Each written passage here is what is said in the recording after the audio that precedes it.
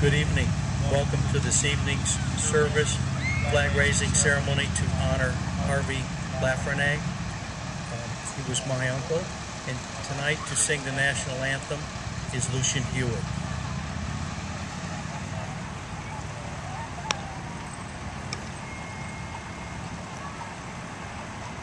Oh, say, can you see by the dawn's early light what so proudly we hailed at the twilight's last gleaming, those broad stripes and bright stars through the perilous fight?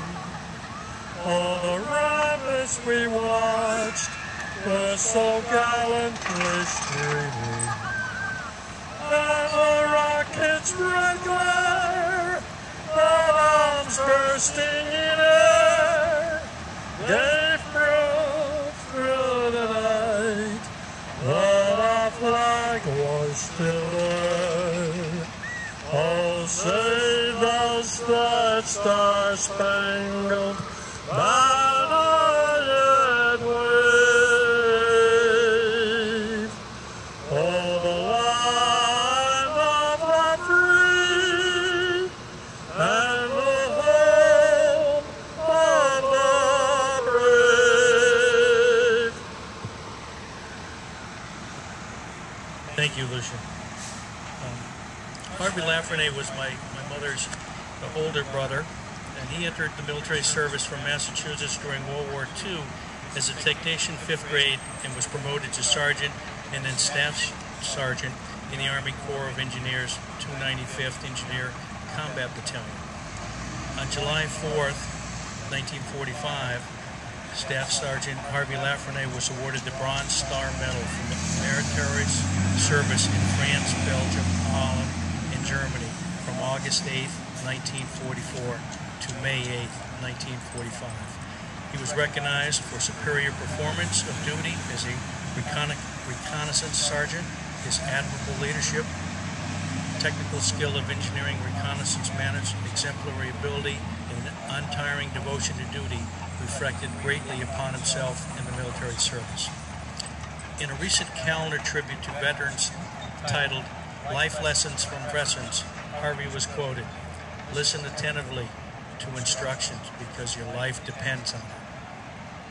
He was very proud of his service to his country during the war, but like most war veterans, was humble and spoke of it rarely. Most of his friends and family did not know that he had received the Bronze Star, learning of this only about 10 years ago when the notation was added on his Massachusetts license plates. Harvey's great love and devotion to God, country, and family was evidenced by the life he lived.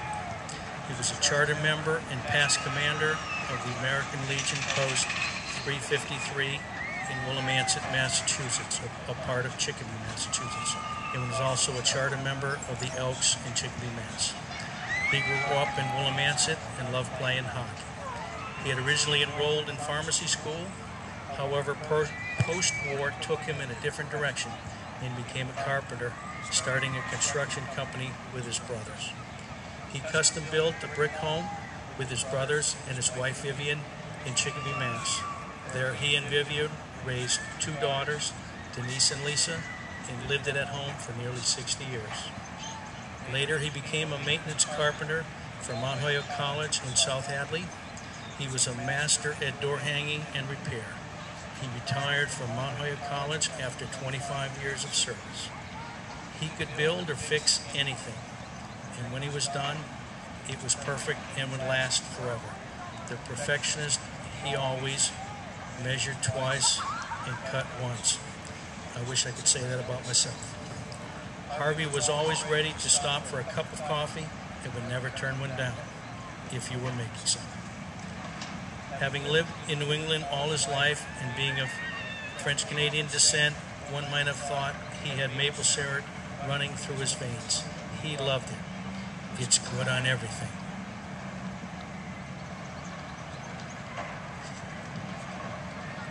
He loved politics and history and even ran for state representative. He also enjoyed golfing at the beautiful Orchards Golf Course in South Hadley.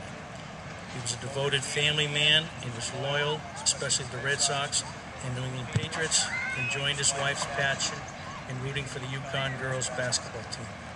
He had 4 grandchildren, Audrey, Mark, Sarah, and Sean.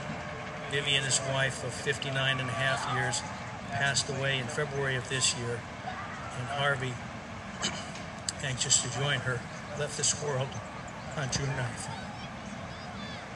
They would have celebrated their 60th wedding anniversary on October 6th. They will celebrate together, and we'll all miss them dearly. He was laid to rest on June 13th in Notre Dame Cemetery in South Hadley, Mass., with military honors, his family, friends, and World War II comrades by his side. And I have one little note.